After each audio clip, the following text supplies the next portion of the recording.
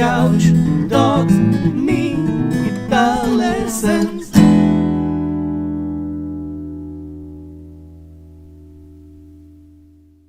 Hey there, LickNRiffers, how are you doing? Welcome to another awesome installment in the never-ending fingerstyle rhythm pattern exercise video series, all designed to make you a better fingerstyle player and overall musician.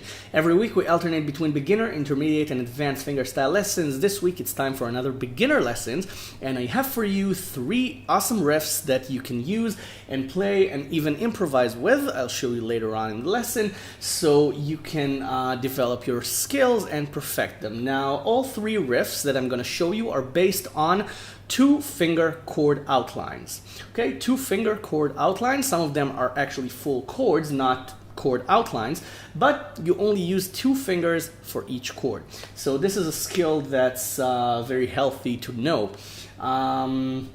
You start with this. The first exercise is pretty easy. The second exercise is a little bit more confusing. I won't say it's difficult. This is a beginner lesson after all, but it's a bit more confusing. And then the third exercise is actually a series of variations on the same lick, so you can actually come up with your own variations of it later on. Now, the first exercise is based on Metallica's Sanitarium. It sounds like this.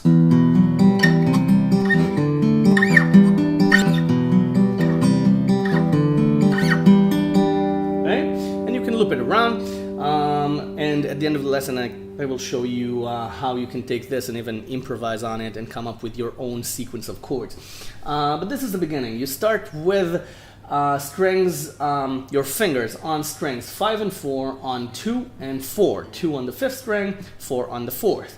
Now this, played by itself, is B5. But when you play it with strings 3 and 6, this becomes E minor add 9. You can also play the full chord. It sounds great. This is E minor add 9. So you start by playing strings 6, 5, 4, 3 with all 4 fingers. Okay, and then you play the same thing but with your fingers 1 fret upwards. You play 0, 3, 5, 0 instead of 0, 2, 4, 0. Okay, this is C5, and it's actually C5 over E, C5/E. If you want to be technical, this is an inversion of a C5 chord. Okay, so 2, 4, 3, 5.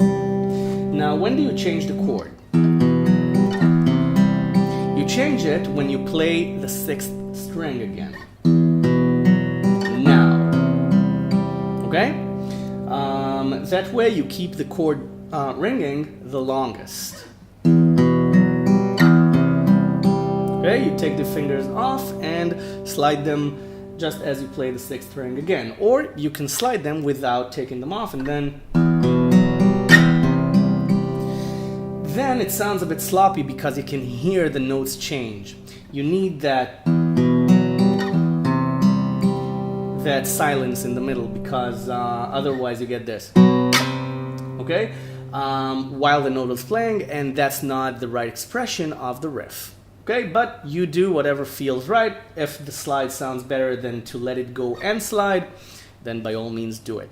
Now the next chord is the same shape, up 2 frets this time, to 5 and 7, so you play the same thing with 0, 5, 7, 0. Okay, and then it's 10 and 12. Okay, just to exercise your fret jumping skills as well. 1 fret, 2 frets, 5 frets. Okay, a bonus exercise. Okay, this is the riff. Then you jump back 8 frets. So 1 fret, 2 frets, 5 frets, 8 frets. Okay, practice that. Okay, now the variations you can use is to search for new chords. For example, 4 and 6, or 7 and 9, 8 and 10, 9 and 11. See how that works and see how you can combine them.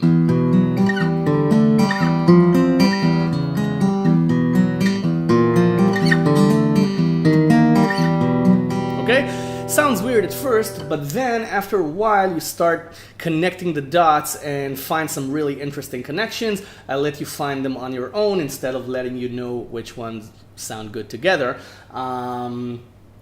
That's actually a very individual thing. It's very subjective, so something that sounds awful to you might sound great to me, and vice versa. So let's move on to the second riff. The second riff is this.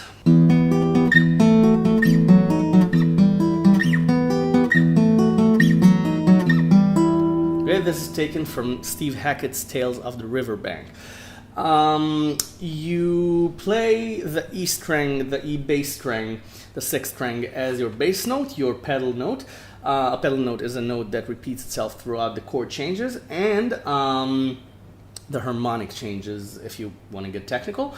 It's the same thing here, and you start with 8 and 9 on strings 2 and 4. I suggest you do it with the second and third fingers. Okay, this is an outline of E minor. And you play strings 6, 4, 2, 4 using your thumb, first, third, first fingers.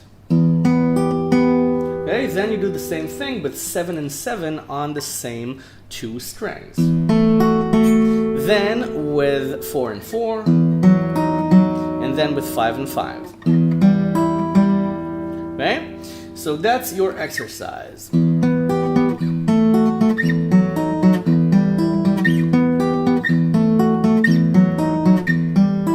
Okay, and again, you make the chord change while you play the sixth string.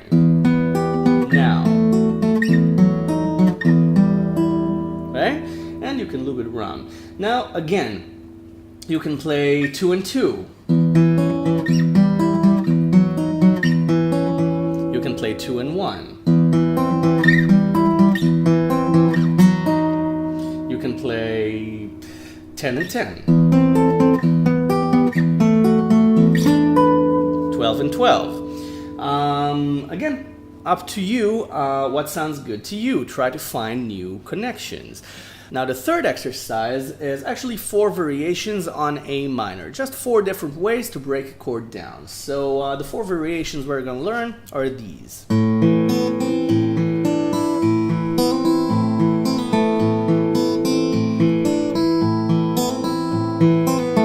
Okay?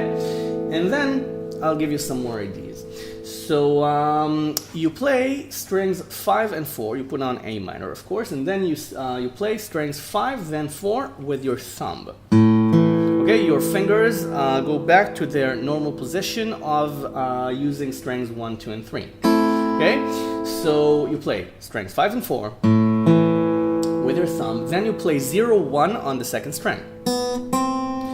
Then you play strings 5 and 4 again. Then you put your pinky on 3 on the second string and you play strings 2 and 1. So you get this.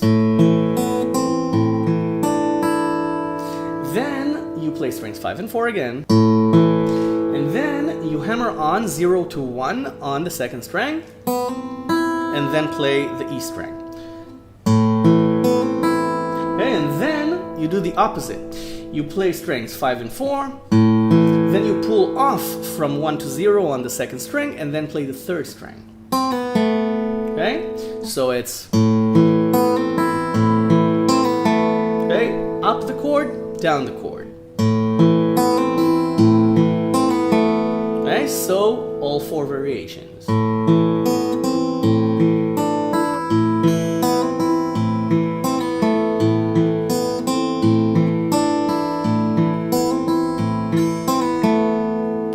Got it? Now, of course, you can come up with more exercises. You can hammer on 1 to 3. You can pull it off. Okay, you can play both of them. 1 to 3 and then 3 to 1.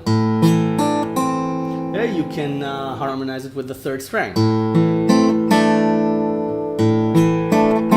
Okay, by playing 3 and 1 on the second string and play the third string along with it. You can harmonize with the E string.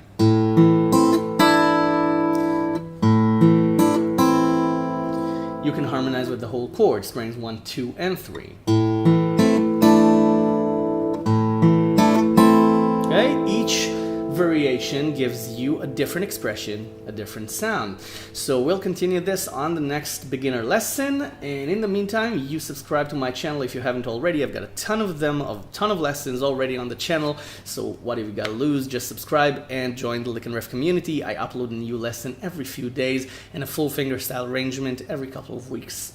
So you can go download the tab from the website. The link is below in the description, and the tab is also for free. Everything on LickNRiff is for free. The lessons, the tabs, my knowledge, everything here is for free, offered for you, for your guitar education. But if you want to give something back anyway, there's a large blue donation button right above the tab. You can't miss it, and everything goes right back into LickNRiff, into making these lessons into your guitar education. And I thank you in advance for any donation you choose to make. So thank you very much. Thank you for watching, and I'll see you the next lesson. You have fun with this, and bye for now. Enjoy.